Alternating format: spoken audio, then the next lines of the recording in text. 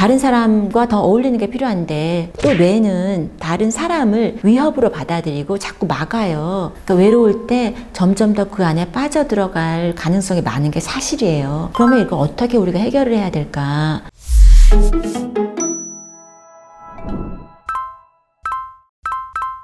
안녕하세요. 서울대학교 심리학과 한수원입니다. 오늘은 외로움에 대해서 이야기를 해보려고 합니다. 많이들 외로우시죠? 특히 코로나 시절에 우리가 외롭다는 이야기 굉장히 많이 했습니다. 그리고 전 세계적으로도 또 외로움과 관련돼서 우울증도 많이 증가했습니다. 근데 이 외로움이 사실은 건강에 치명적입니다. 정신 건강의 문제뿐이 아니라 신체 건강에도 큰 영향을 미칩니다. 그래서 이런 연구가 있습니다. 메타 분석을 이용한 연구인데요. 많은 연구들을 모아서 경향성이 어떻게 됐나 보는 건데요. 그 연구 결과에서 우리가 고질적으로 외롭다고 느낄 경우에 그게 신체에 미치는 악영향이 매일 담배 15개 피를 피우는 정도랑 똑같다. 이렇게 나타났어요.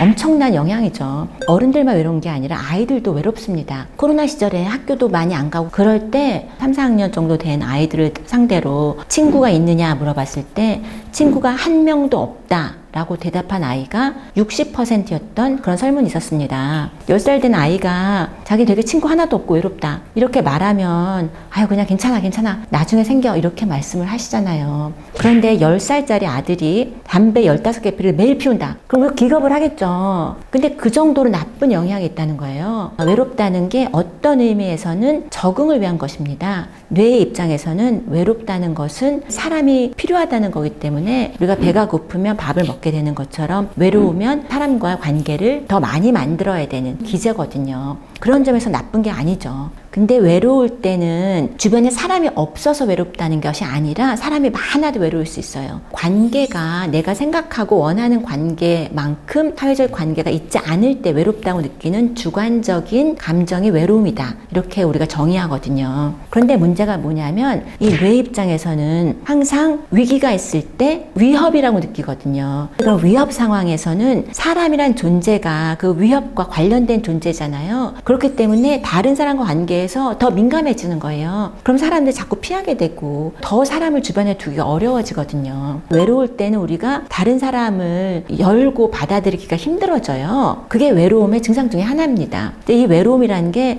굉장히 단순한 문제가 아니에요. 담배 15개 피를 계속 피우고 있는 것과 마찬가지 효과라고 했는데 그 정도가 아니라 사실 치매 위험도 더 높아지고 고혈압, 당뇨 모든 질병 위험을 가장 높이는 것 중에 하나예요. 한 4년 전쯤부터 영국에는 외로움 장관이 있습니다. 우리나라 보건복지부랑 비슷한 개념인데요. 이게 얼마나 심각한 문제였으면 이게 국가적으로 대응하려고 장관을 또 세웠겠어요. 이 외로움이라는 게 신체 건강에도 결정적으로 나쁜 영향을 미치기 때문에 국가적으로 대처하는 게 사실 맞습니다.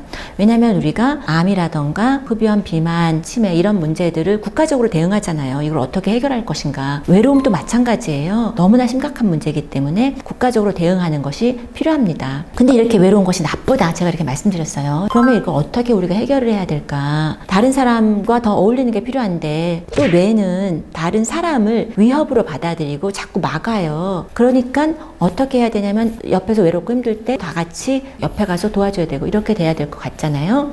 그것도 맞습니다. 그런데 외로운 사람을 우리가 도와줘서 잘 되지가 않거든요. 받아들이기가 쉽지 않고 자꾸 밀어내는 경향이 있잖아요. 연구자들이 이렇게 이야기를 합니다. 외로운 분들에게 도움을 주려고 하지 말고 그분들에게 누굴 도와주라고 이렇게 부탁을 드리는 거예요. 받으려고 생각하지 않고 하는 게 도와주는 거잖아요. 그러니까 위협이 될 것도 아니고 그냥 해주면 되는 거거든요. 뇌 입장에서 남을 도와주는 건 정말 기쁨을 주는 보상 기제가 있는 행동이에요. 그렇기 때문에 남을 도와주면 보상을 받고 뇌에서 다른 사람과 어울리는 것으로 차츰차츰 우리가 나아갈 수 있거든요. 행복을 연구하는 심리학자 중에 소니아 루버멀스키라고 있거든요. 행복하기 위해서는 남을 도와주는 것이 필요하다. 이런 연구를 굉장히 많이 했어요. 하루에 5번씩 뭘 도와준다. 그러면 감기에 덜 걸리고 뭐 그런 연구들이 많이 있습니다. 근데 루버멀스 교수가 제가 있는 학교에 와서 강연했을 때 이런 이야기를 했었어요. 1시간을 행복하고 싶으면 낮잠을 자라. 하루를 행복하고 싶으면 낚시를 가라. 한 달을 행복하고 싶으면 결혼을 해라. 그래서 결혼 한 달밖에 안 가나? 약간 이렇게 실망스러웠는데 1년 행복하고 싶으면 집을 사라. 집이 결혼보다 훨씬 오래 가죠. 네. 마지막으로 평생 행복하고 싶으면 다른 사람을 도와주며 살아라.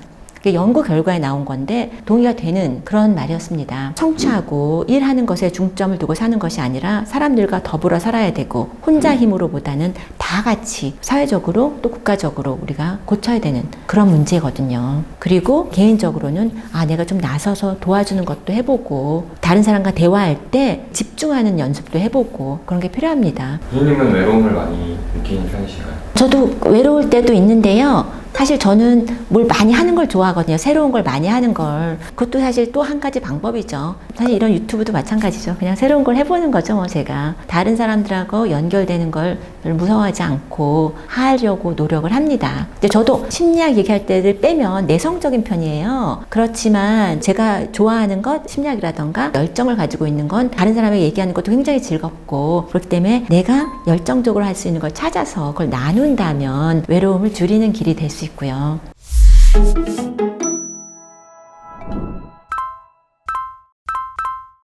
사실 우리가 외로울 때는 자꾸 사람들하고 어울리는 것이 더 어려워지거든요. 그러니까 외로울 때 점점 더 그 안에 빠져들어갈 가능성이 많은 게 사실이에요. 그렇지만 더 깊이 빠져들기 전에 외로움이란 걸 우리가 극복해야 되겠다 생각을 하면 좀 더 적극적으로 이번에는 요 정도 사람들하고 연락을 해보자.